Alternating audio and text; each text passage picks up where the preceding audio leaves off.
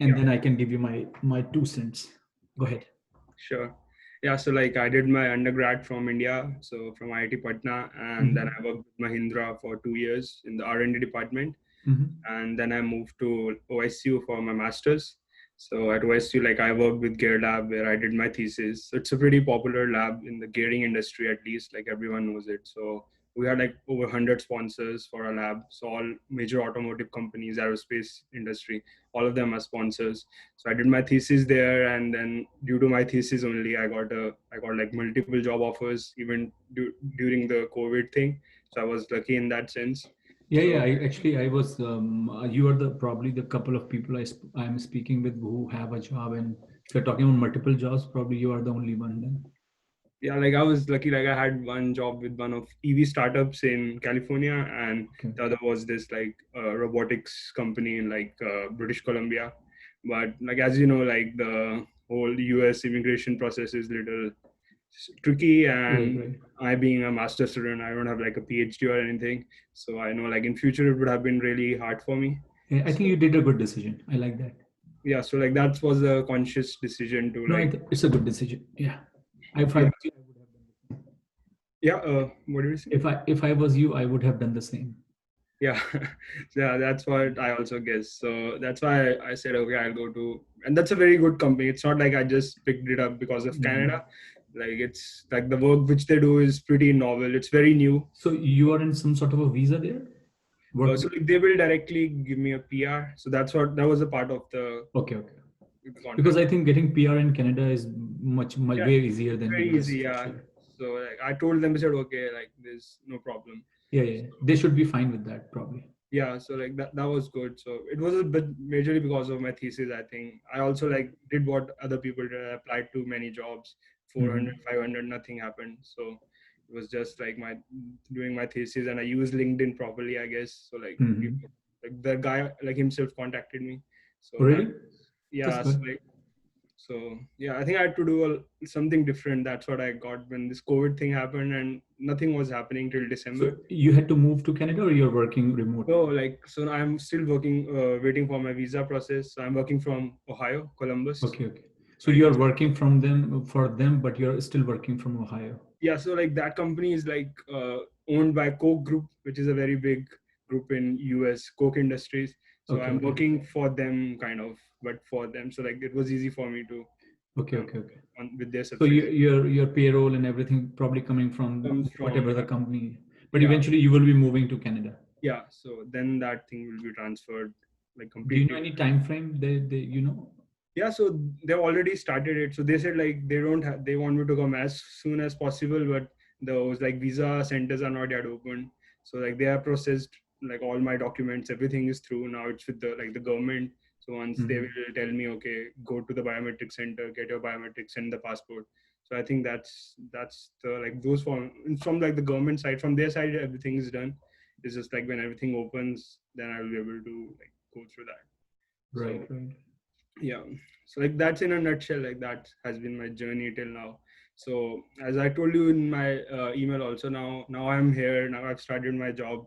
So now I see like many paths in front of me, like there are a lot of things that I can do. And one thing is like my company, like they have a culture in which they motivate you to like think what you want to do ahead and what could be your career path, and they don't like restrict you that you have to stay in this role. So like this whole thing started when my like mentor himself asked me, okay, what do you want to do, like where you see yourself in like 5-10 years. And like I had a very hard time mapping that out, that what I really want to do, because there are a lot of, as I'll describe to you, that I think there are 3-4 options which I can take. Like the first one is I can stay in my technical field, what I am, and like just gain exposure either by changing industries or functions, and come up with like end up with something like a chief engineer kind of role. That's what I see people doing in the gearing design domain only. The path which I see is like you can like have exposure in different functions within the same industry. So like if I pick the industry, like the robotics industry, I can spend some time in, let's say, like gearing, sometimes in motors, or sometimes in like testing and all, like get a good exposure, and then come up something like VP of engineering, like that kind of role in which I lead projects, the technical projects. And the third is just to go beyond technical also, like spend some time in the technical, then maybe migrate to other functions like that's a strategy or like marketing and that kind of thing, and get little bit of management side also, and then maybe see what I want to do after that. So the problem is that all of them paths are different, and the preparation will be also different. I think if I have to choose any one of them, I have to start preparing now. So I need to put some work, at least there will be some lead time to get some skills, some trainings, or in some case maybe if I have to go to MBA or something. So that's what I'm not able to understand, like what each path entails, and if I choose one, where would I be?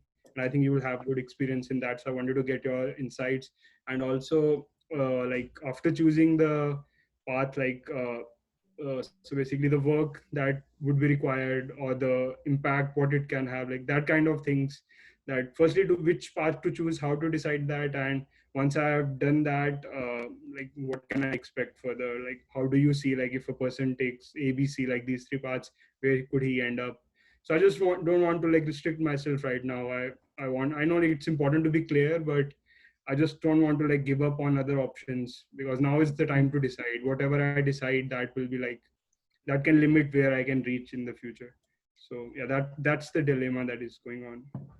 Okay, okay. So I think based on your work you have done and this company, the transition, I feel that this is a good company for you to work for sure, right? This is not like something that was forced on you. This is something that you Mhm. liked and you chose. So that make sense or no? Yeah, yeah, Yeah.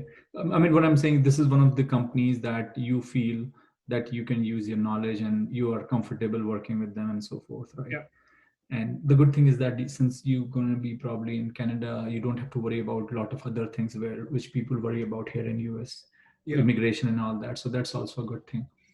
So yeah, so here's my advice actually, I would say.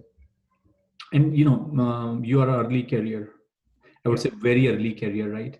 So let me tell you a couple of things. First of all, the usually the path in the companies, right? So just a hierarchical structure, how a company works. So usually what happens if you are a SME, what we call a subject matter expert. So every company have SMEs, right? Which basically are the backbone of a R&D of a company, because you are a subject matter expert. And then the second part are the managers, which take care of the team, um, legal part, the operations, and so forth, who decides on, and the marketing people and so forth, which decides on where to launch the product, what should be the strategy. The legal people who takes care of all the things, whether it's somebody should buy us, to any legal problems they have, questions they have. So, and as I said, the managers who are basically there to take care of people and basically take housekeeping work, and basically, and then if you are a manager in a manufacturing company, then your job is to run that manufacturing unit very smoothly, right? More or less. um, I would say, as a master's, I'm pretty sure you love what you do, the technical aspect of it. The Yeah. rest part of it, the management and the other aspect of it, you have no idea at this point, right? So I would say, and I don't think that as a so SMEs in any companies, whether they are the fellows, I'm talking about the VP of research division, Hmm. they usually are PhDs. Okay. Usually, Hmm. at least I have not seen, and I'm talking about the companies which I have worked for, whether it's Rolls Royce or LG or Ansys Hmm. or right now Lockheed. I have never seen people who don't have PhDs. Hmm. So I would say, based on data, I would say that's what the case is, Okay. right? Masters usually land up are managers and so forth. Hmm. If you have a bachelor's, master's, if you have an MBA, then those are the people. Probably you need that sort of a skill to make. I would say again, all of things what I'm saying is based on the data. So you can say, oh, there are. I know a couple of people, but usually that's not the case. Hmm. right? So if you have a MBAs, then those people are probably would be the business relations, or the VP of marketing. You will find these people have those skills Mm-hmm. or those degrees. Sorry, let me correct. Doesn't make them expert, but that's what the case is. So I would. So again, these are the various mixes that you will find, and then you say tomorrow, okay, I want to become an SME. I told you that means you have to have a PhD. Again, I'm talking about, not near future. I'm talking about 15 plus or something years when you start working. If you say I want to become a VP of marketing, you know what to do now. Probably I would say then get an MBA, right? And those sort of things. But as of now, I would say for you, it is extremely important, if you like the work, is to learn and know about the work. Your job for next 2 years should be become the expert in what is given to you. Because what happens is, if you whatever questions you have right now, they are very genuine questions, but I would say for at least 2 years, hold on to your thoughts, and make sure whatever job is given to you, do it perfectly. Because if you do that, and if you are able to um, convince people you are the right person, that confidence will help you to then move on to the next level. Mm-hmm.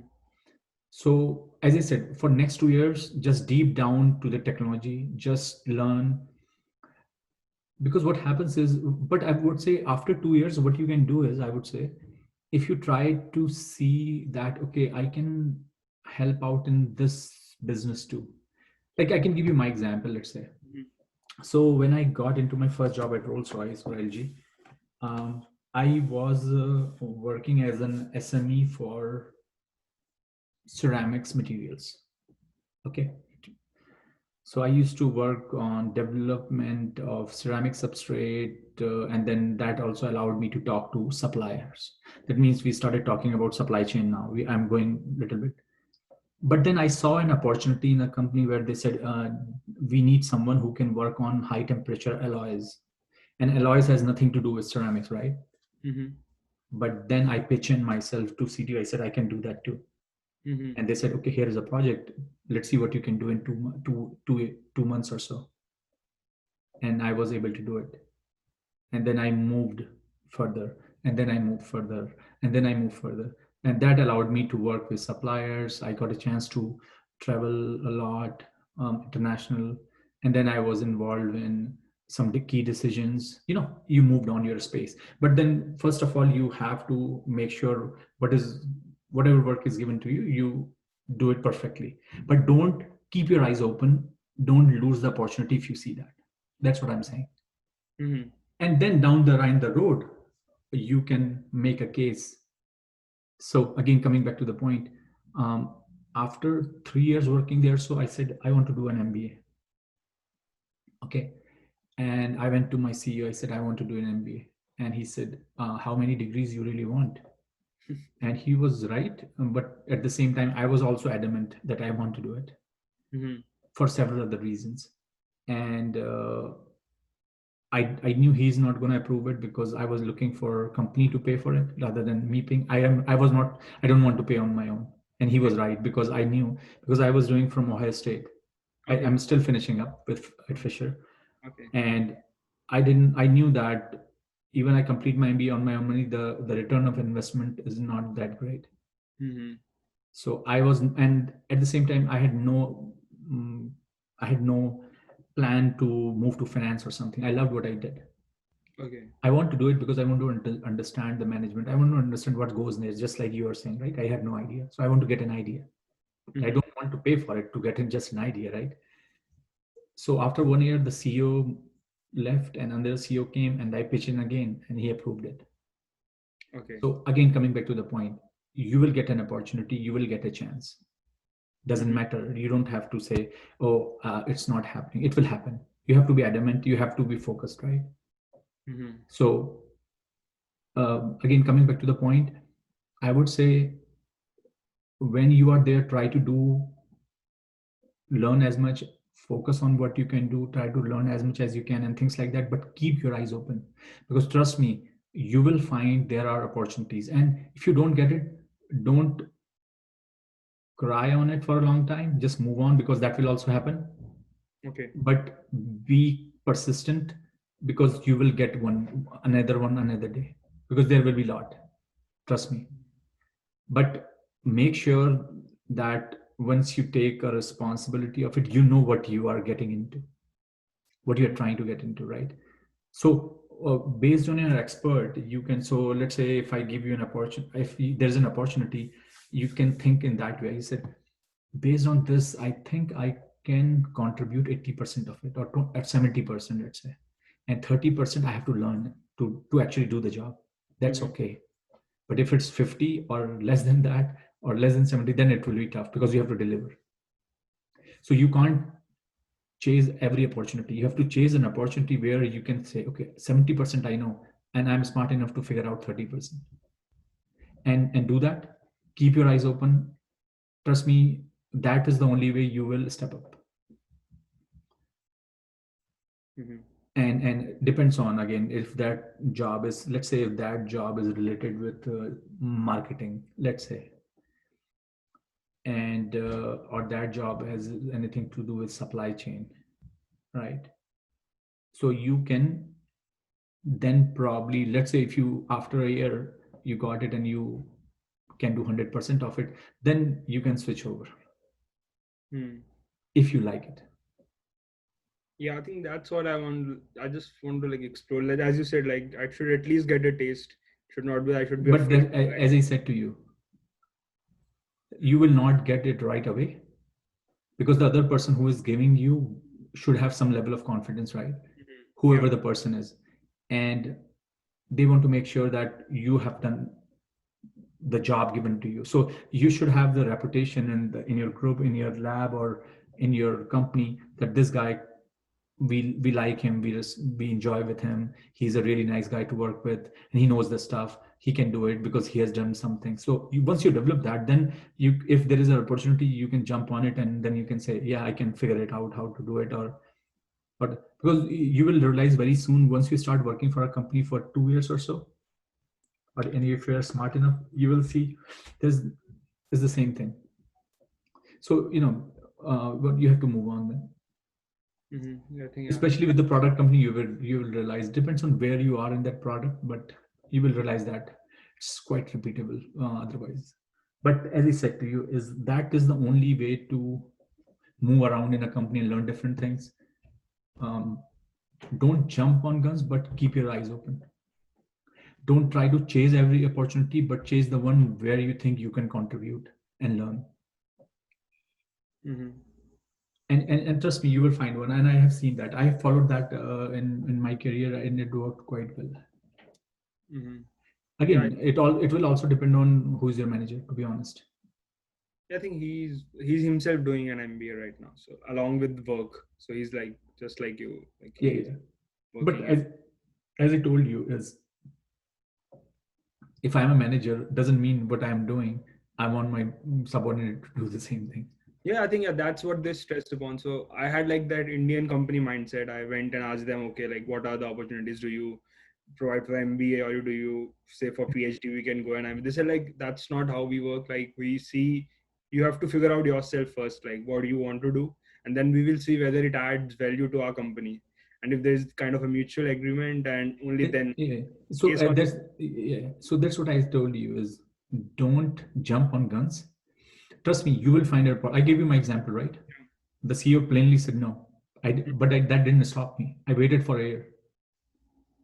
I think your patience. I get a Yeah. little impatient. That's Yeah, no, it's natural. I'm probably I'm more impatient than you, but what I'm saying, I realize that it doesn't help you, because if you're trying to chase something too hard, it probably hurts you than help you. mm-hmm. Yeah, so don't become like that. And let's say, it has happened to me. Let's say, if you work for a company and you wait, and nobody's listening, nothing is happening, move out. Mm-hmm. I have done that. I have done that too. I Yeah. waited for 6 months and nobody listened what I said. and I felt that if I'm going to stay probably another year, it's going to be a nightmare. I moved out. So again, give it a chance. But for you right now, I would say for next 2 years, all you want to do is, because that's your first job, Yeah. that's not your second or third job. Mm-hmm. See, in later in your life, you can make those decisions very quickly. But right now, you need to get into the roots, because this is extremely important. I don't want you to have a bad experience in your first job, because trust me, you're gonna ruin otherwise. It's not helpful.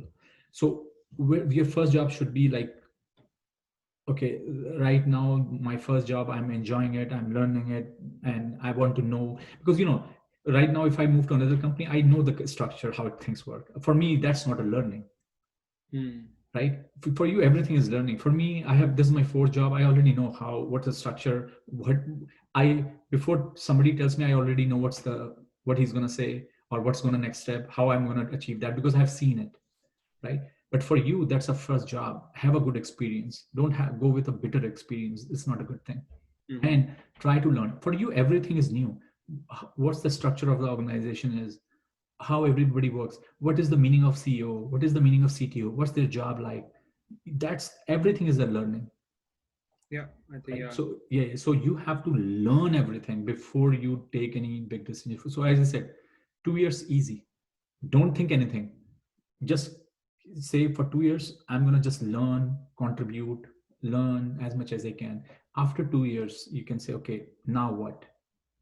Not Mm-hmm. before to that, because if you're gonna say, ask those questions, say those things before 2 years, um, I would say that would be too early, to be honest.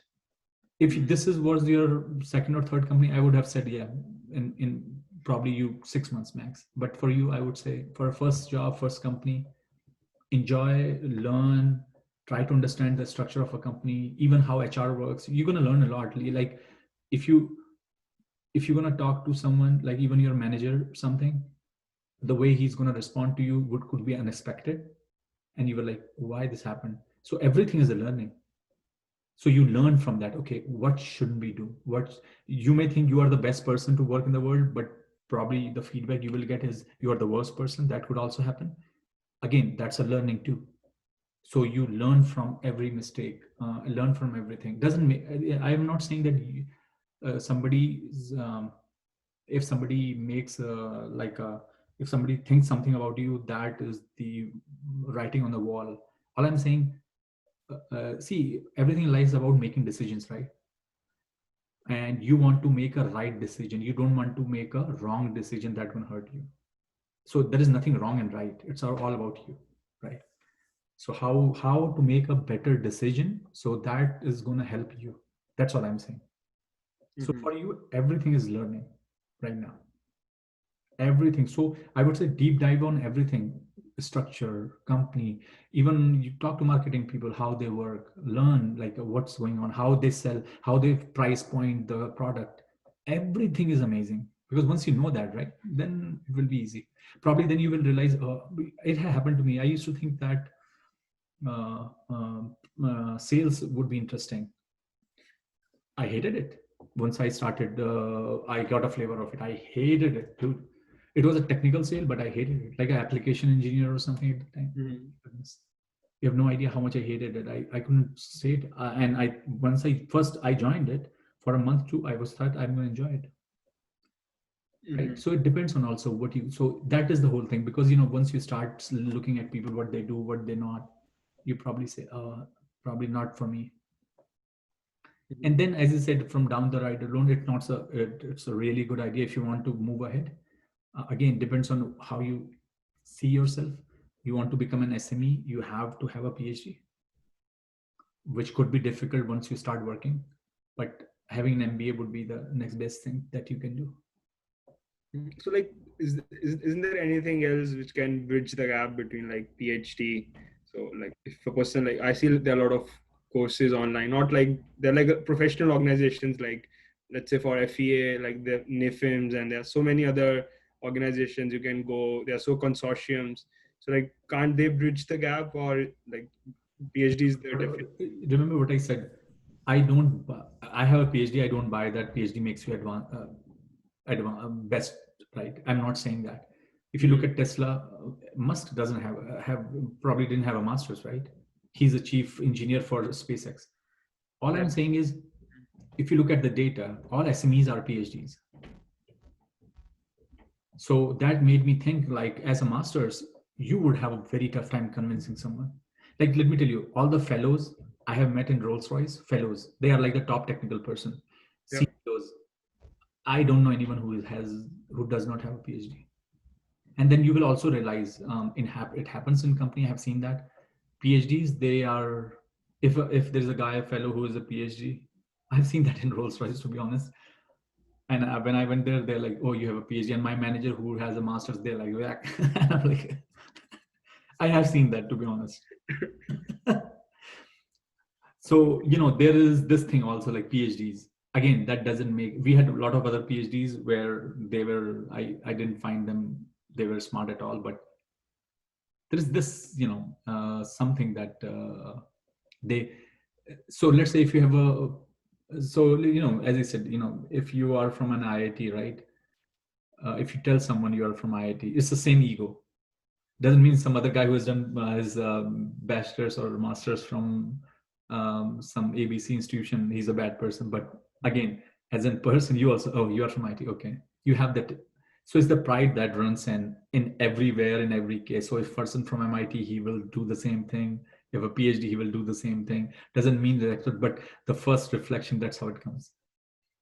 Okay, and like one another question which I have, like it's kind of a perspective which I have formed seeing a lot of people that like either you can stay in the same industry and do whatever we were discussing about, and I've seen some people they switch from industries a lot, like so maybe they'll be working in fuel cells and next day they'll be like completely different in aerospace, automotive, let's say, like they will shift industries, not just the roles.